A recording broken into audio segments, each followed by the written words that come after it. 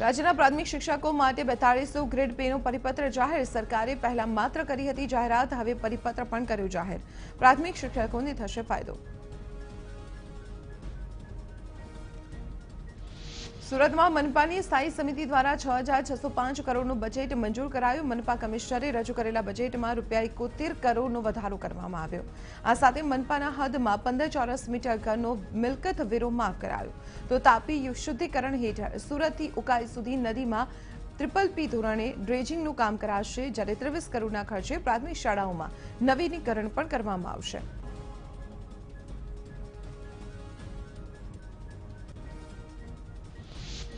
બોટાદ નગરપાલિકાના પ્રમુખ અને ઉપપ્રમુખની વરણી કરાઈ. પ્રમુખ તરીકે રાજશ્રીબહેન વોરા અને ઉપપ્રમુખ તરીકે કિશોરભાઈ ચૌહાણની વરણી કરવામાં આવી. કારોબારી ચેરમેન તરીકે બળદેવભાઈ પ્રજાપતિની પસંદગી કરાઈ. શુભેચ્છા સમયે સોશિયલ ડિસ્ટન્સના ઉડ્યા ધજાગરા. બોટાદમાં ગઢડા ગોપીનાથજી મંદિરના આચાર્ય પક્ષના 2 પાર્ષદ ભગતો વિરુદ્ધ નોંધાઈ પોલીસ ફરિયાદ. મંદિરના મેનેજર નરેન્દ્ર અસવારે મૌલિક ભગત અને સંજય ભગત વિરુદ્ધ નોંધાવી પોલીસ ફરિયાદ. બંને ભગતો મંદિરની મિલકતને નુકસાન પહોંચાડ્યાનો ફરિયાદમાં ઉલ્લેખ. દાહોદ જિલ્લામાં નેશનલ કોરિડોર રોડની સર્વેની કામગીરી શરૂ. નેશનલ કોરિડોર રોડ સર્વેના વિસ્તારો પોલીસ છાવણીમાં ફેરવાયા. સર્વેની કામગીરીને લઈ ખેડૂતોમાં ભારે રોષની લાગણી.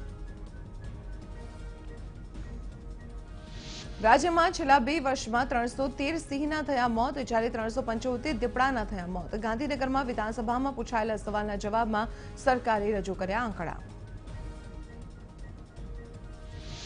આજે યોજાનારી જીપીએસસી ક્લાસ 1 અને 2ની પરીક્ષાનો વિરોધ. ઉમેદવારોએ જીપીએસસીની પરીક્ષા મોકૂફ રાખવાની માંગ સાથે ટ્વિટર પર #પોસ્ટપોન જીપીએસસી સાથે અભિયાન શરૂ કર્યું. મહાનગરોમાં સિટી ટ્રાન્સપોર્ટ બંધ હોવાથી ઉમેદવારોને મુશ્કેલી પડશે તેવો દાવો કર્યો. આણંદના ઠાસરા તાલુકા પંચાયતના ભાજપના પ્રમુખ ઉપપ્રમુખ બિનહરીફ જાહેર. ઠાસરા તાલુકા પંચાયતમાં ભાજપનો ભગવો લહેરાતા કાર્યકર્તાઓમાં ઉત્સવનો માહોલ.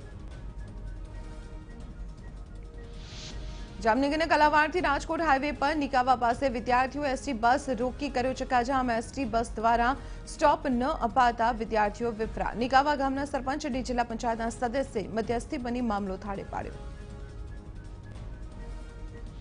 મહેસાણાના બેચરાજીમાં ખેડૂતો અને આગેવાનોની બેઠક યોજાઈ. દિલ્હીમાં ચાલતા ખેડૂત આંદોલનના સમર્થનમાં ખેડૂતો કિસાન સંઘર્ષ મંચના બેનર હેઠળ ખેડૂતો એકઠા થયા. હોળીના દિવસે ખેડૂતો કરશે હૈયા હોળી.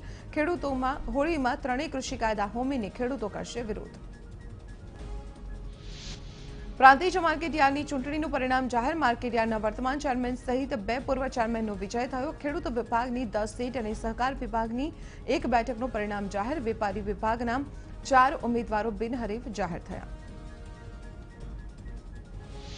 છોટાઉદેપુરની નિઝામી સોસાયટીમાં ગટરનું પાણી રસ્તા ઉપર ફરી વળ્યું. વારંવાર ડ્રેનેજ લાઈનો ચોકઅપ થતી હોવાનો સ્થાનિકોએ કર્યો આક્ષેપ. લોકો ગંદા પાણીમાં રહેવા માટે મજબૂર. અનેક વખત રજૂઆત કરવા છતાં કોઈ ઉકેલ ન આવતો હોવાનો પણ સ્થાનિકોનો દાવો. સુરતમાં સેલ્ફ ફાઇનાન્સ કોલેજના સંચાલકોએ મનસ્વી ફી ઉઘરાવતા વિરોધ. એબીવીપી ઉધના સિટીઝન્સ કોલેજમાં કર્યો વિરોધ. યુનિવર્સિટીએ ફી ઓછી કરવા છતાં કોલેજે ફી ઓછી ન કરતા રોષ. મોટી સંખ્યામાં વિદ્યાર્થીઓએ નોંધાવ્યો વિરોધ. સુરતે વીર નર્મદ યુનિવર્સિટીમાં એનએસયુઆઈએ કર્યો વિરોધ. કોરોના કાળમાં યુનિવર્સિટીએ ફી ઘટાડો જાહેર કર્યો હતો. જોકે સેલ્ફ ફાઇનાન્સ કોલેજો યુનિવર્સિટીના ફી ઘટાડાના આદેશનું પાલન નથી કરી રહી. કોલેજ યુનિવર્સિટીના આદેશનું પાલન કરે તેવી કરી રજૂઆત. સુરતમાં આમ આદમી પાર્ટીના કાર્યકર્તાઓ દ્વારા વિરોધ પ્રદર્શન. દિલ્હીમાં એલજી સત્તા વધારવાના કેન્દ્ર સરકારના બિલ સામે કર્યો વિરોધ. મોટી સંખ્યામાં કાર્યકર્તાઓએ બેનર સાથે કર્યું પ્રદર્શન.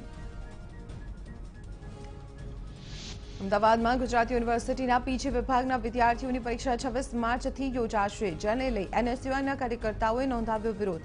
પરીક્ષા ઓનલાઈન લેવા રજિસ્ટ્રારને આપ્યું આવેદનપત્ર. કચરાનું કલેક્શન કરતી ગાડીમાંથી મળ્યા પથ્થર અને માટી. કચરા સાથે કેરળ મળતા કોન્ટ્રાક્ટરને અપાઈ નોટિસ. 2 મહિના સુધી ગાડીને ઉપયોગમાં ન લેવાનો કર્યો હુકમ. અમરેલીના બાબરા માર્કેટયાર્ડમાં ટેકાના ભાવે ચણાની ખરીદીથી ખેડૂતો નારાજ. ખેડૂતોએ ચણા રજીસ્ટ્રેશનને લઈને ઉઠાવ્યો વાંધો. 5 જેટલા ખેડૂતોના ચણા રિજેક્ટ કરાતા મામલતદારને કરી રજૂઆત. જામનગરમાં હાપા માર્કેટ યાર્ડ 24 માર્ચથી 1 એપ્રિલ સુધી રહેશે બંધ. યાર્ડના વેપારી એસોસિએશનની માંગણી મુજબ યાર્ડ બંધ રહેશે. યાર્ડમાં તમામ જણસની હરાજીનું કામકાજ પણ બંધ રહેશે. વિરમગામ નગરપાલિકા અને તાલુકા સેવા સદન પાસેથી દબાણ દૂર કરવામાં આવ્યા. નાયબ કલેક્ટરની સૂચનાથી કરાઈ કાર્યવાહી. લારી ગલ્લા અને કેબિનો પણ દૂર કરાઈ. 5મી ટી20 મેચમાં ભારત ઇંગ્લેન્ડને હરાવ્યું. ઇંગ્લેન્ડને 36 રને હરાવી શ્રેણી પર 3-2 થી કબજો મેળવ્યો. જીત માટેના 225 રનના લક્ષ્ય સામે ઇંગ્લેન્ડ 20 ઓવરમાં 8 વિકેટ બનાવી શક્યું. 188 રન કોહલી, રોહિત શર્માએ કરી હતી આક્રમક બેટિંગ.